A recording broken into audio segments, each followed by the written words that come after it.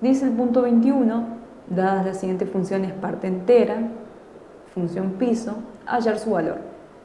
La función parte entera también está definida en la parte teórica de la materia, la deben leer ahí a sus características. Lo único que voy a leer es que se llama función parte entera de un número real x al menor de los números enteros entre los cuales está comprendida si x no es un número entero y al mismo número si x es un número entero. Por ejemplo, la parte entera de 2 es 2, la parte entera de 3,2 es 3. ¿Por qué? El valor 3,2 está comprendido entre el valor 3 y el valor 4, entre los enteros 3 y 4. El menor de esos dos enteros es 3. La parte entera de menos 1,5 es menos 2. ¿Por qué? Porque el valor menos 1,5 se ubica entre menos 1 y menos 2. Entre esos dos valores enteros el menor es menos 2. Por eso su parte entera es siempre el menor de los dos enteros entre los que se comprende ese número. Vamos a ver, por ejemplo, el ítem A. Decimos parte entera de 1 es 1, es el mismo entero, como dice la definición. Parte entera de 2 es 2, el mismo entero 2. Pero en este caso tenemos un decimal, 2,567. Ese número decimal se ubica entre dos enteros, entre el 2 y el 3. El menor de esos dos enteros es el 2, por eso la parte entera va a ser 2. En este caso, parte entera de menos 3 es el mismo número menos 3. Pero si tenemos un decimal, menos 3,2153, menos 3 se ubica en la recta numérica, perdón, menos 3,21 se ubica en la recta numérica entre menos 3 y menos 4. Entre menos 3 y menos 4, entre esos dos enteros, el menor de ellos dos es menos 4. Por eso la parte entera de menos 3,2153 es menos 4. Tenemos la parte entera de 3 medios. Para analizarlo lo pasamos a decimal, 1,5. 1,5 se ubica entre los enteros 1 y 2. El menor de esos enteros es 1. Menos 5,3 es lo mismo que menos 1,6. Menos 1,6 en la recta numérica se ubica entre menos 1 y menos 2. El menor de esos enteros es menos 2. Menos 2,5 más 2,5. Menos 2,5 se ubica entre menos 2 y menos 3 en la recta numérica, de los cuales el menor de ellos dos es menos 3. 2,5 se ubica entre 2 y 3, el menor de esos enteros es 2, por eso nos queda menos 3 más 2, restamos y colocamos el valor del mayor, menos 1. Ahora nos pide que, el punto 22, graficar las siguientes funciones parte entera, función piso, y hallar su dominio y su imagen. Tenemos la función f de x, función parte entera de x. Tenemos la tabla de valores. Por ejemplo, para el valor menos 3, su parte entera va a ser menos 3. Para el valor menos 2, su parte entera es menos 2. Pero ¿qué pasa para el valor 1,3? 1,3 está ubicado entre 1 y 2. El menor de los enteros entre los que se ubica es el 1. El 1,9 está ubicado entre 1 y 2. El menor de los enteros entre los que se ubica es 1. Entonces, de esa forma, armamos la tabla de valores y luego graficamos y nos queda, por eso se llama función escalera o función piso, y nos quedan estas pequeñas, son pequeños tramos de funciones constantes. ¿Qué pasa, por ejemplo, para el valor 1,3? El valor 1,3 dice que nos da parte entera 1. Ese valor 1,3 está comprendido entre 1 y 2. El menor de esos enteros es 1, entonces para 1,3 vale 1. Es decir, para todos los valores comprendidos entre 1 y 2, todos los decimales comprendidos entre 1 y 2, su parte entera va a ser 1.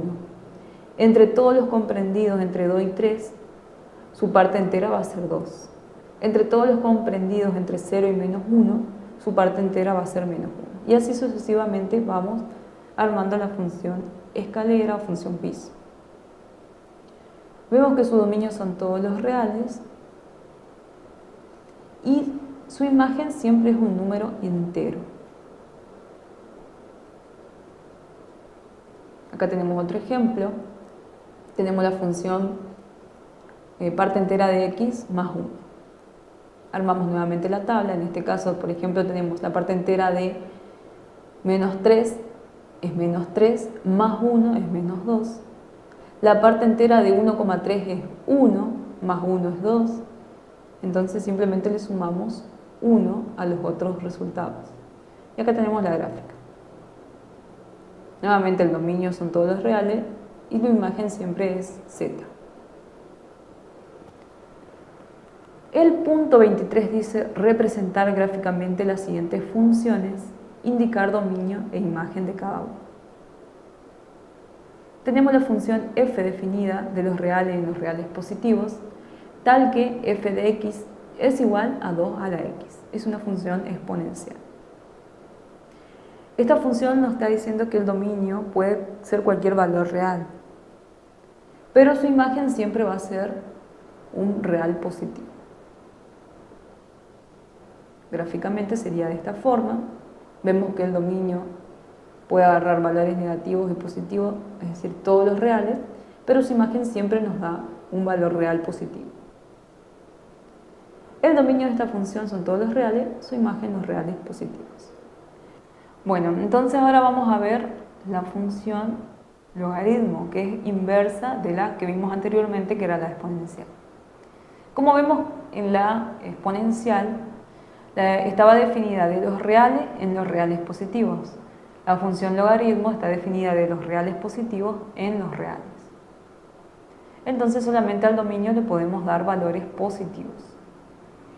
Y vemos que en el conjunto de llegada o en los valores de f de x nos dan resultados tanto positivos como negativos.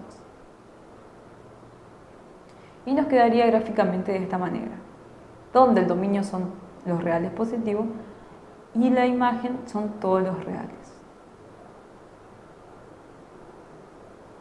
El resto de los ítems y el punto 26 queda a cargo de ustedes. Dice el punto 27, completar la tabla limitando el valor de t al intervalo 0,2pi. Graficar cada función. Bueno, yo lo primero que hice es graficar las funciones, la función seno.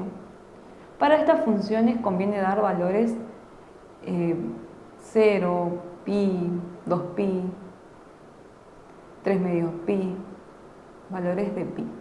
Y usar la calculadora en radianes. Entonces tenemos la función seno, la función coseno, tangente, cosecante, cotangente. Perdón, secante. Nos faltaría la cotangente. Entonces nos pide solamente en el intervalo 0, 2pi que hagamos el gráfico. Partiendo de estos valores podemos ir completando la tabla. Nos pide que completamos los ceros, los conjuntos de positividad y negatividad y crecimiento y decrecimiento. Ya lo completé a toda la tabla, sería esta. Es simplemente ir observando los gráficos. Por ejemplo, tenemos la función seno de t. Los ceros van a ser los puntos donde esta función corta el eje de las x. Volviendo a la imagen anterior, vemos que la función seno corta al eje de la t, en realidad no es el eje de las x, es la t, en 0, pi y 2pi. La función coseno corta al eje de las t en pi medios y 3 medios pi. La función tangente en 0 en pi. La función cosecante y la función secante vemos que no cortan al eje de las t en ningún punto.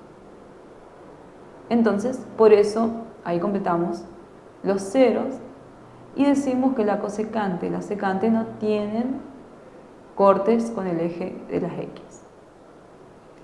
Por ejemplo, intervalos de positividad para el seno, volvemos, y vemos que la función es positiva entre 0 y pi, pero es negativa entre pi y 2pi. Entonces, positiva entre 0 y pi, negativa entre pi y 2pi. Y de esta forma, observando nada más el gráfico, fue que fui completando esta tabla de valores, que ya está totalmente completa.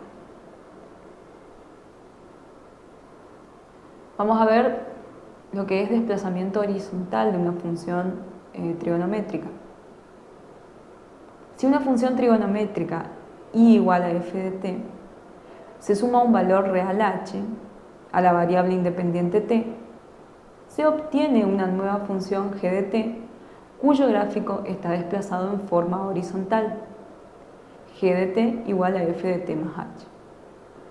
Si h es menor a 0, o sea negativo, el gráfico se desplaza horizontalmente hacia la derecha, y si h es positivo, el gráfico se desplaza horizontalmente hacia la izquierda.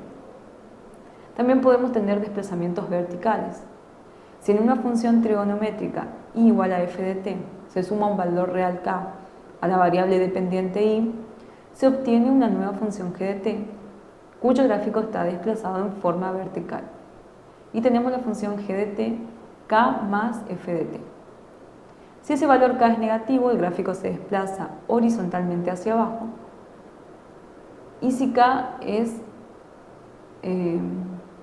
mayor a 0, se desplaza hacia arriba.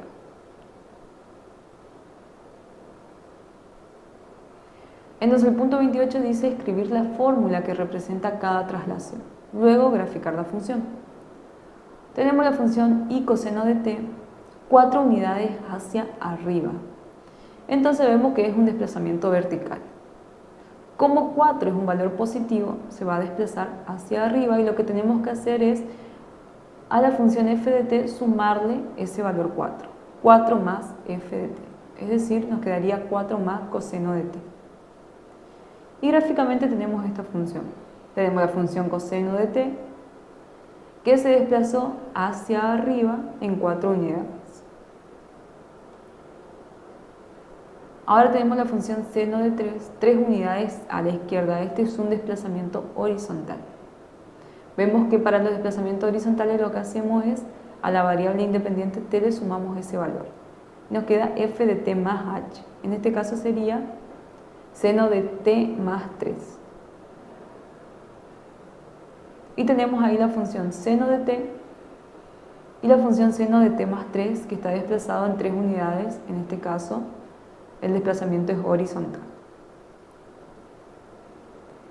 Las aplicaciones y el ítem C quedan a cargo de ustedes.